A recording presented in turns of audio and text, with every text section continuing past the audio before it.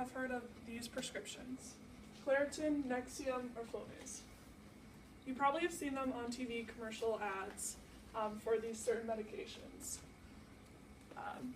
I'm going to be talking about direct-to-consumer advertising, or DTCA, of prescription drugs. You might be wondering why this subject is important, but it's important because more and more medications are being regulated and put on the market today. There's a lot of dangers to prescription drug advertising. The direct-to-consumer, or DTC, advertising of prescription drugs should be regulated more because the information is being presented inaccurately. The cost to society is high, and young adults don't know enough about the subject of direct-to-consumer advertising.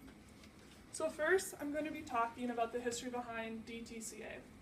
According to the scholarly journal, A Decade of Controversy, Balancing Policy with Evidence, and the Regulation of Prescription Drug Advertising, written by Dominic L. Frosch and his associates, published in January 2010. The FDA, or Food and Drug Administration, put boundaries on the ads and what for TVs in 1962.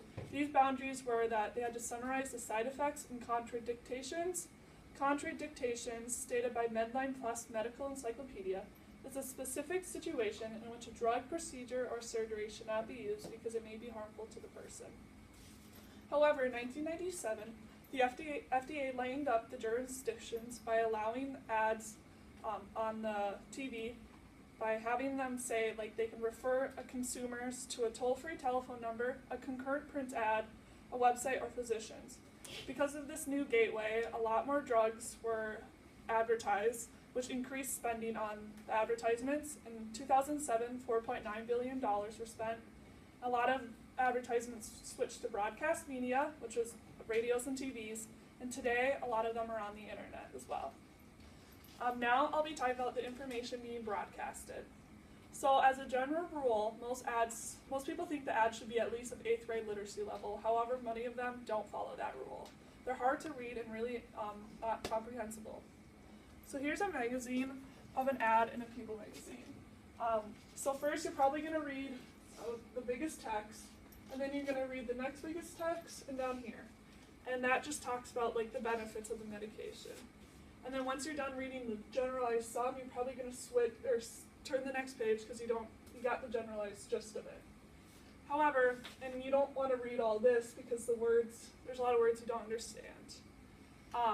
DTCA should include important information, like in this ad, where they talked about in like the top 3-4 things so that you should know about the side effects because it's an important thing to know about.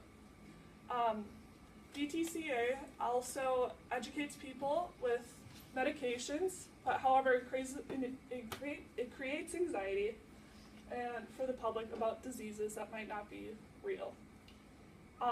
Drugs also use pathos in their selling because they exaggerate the benefits, and they use too much narratives, which gives it a false sense.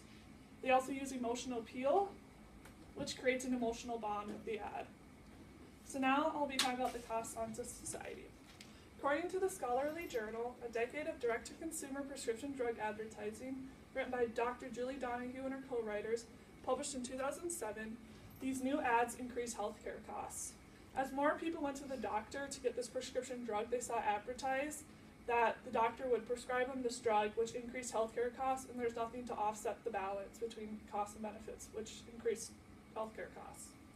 Physicians were also affected because they were pressured to prescribe the patients.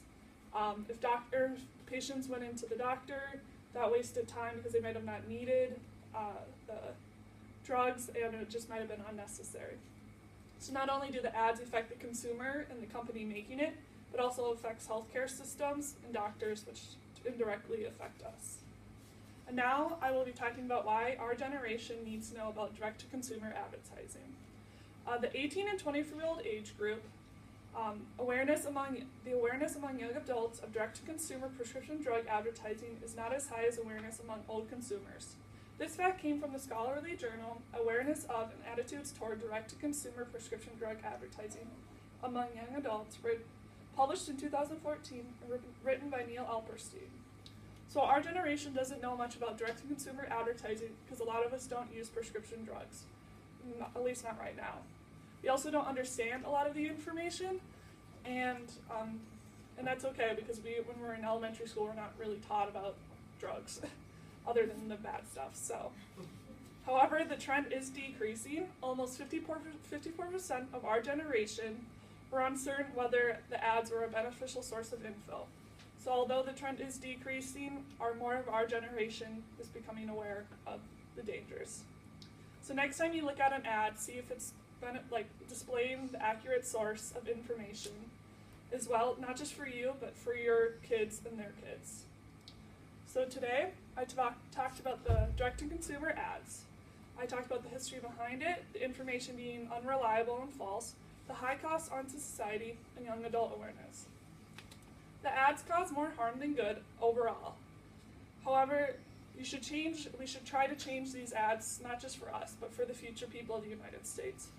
Suzanne Hill, a scientist working on the rational drug use and drug access at the World Health Organization and a part of the Obama administration, quotes, "Some of the more thoughtful people in the USA recognize a part of the reason they have a drug expenditure bill that is completely out of control is this kind of advertising." Thank you.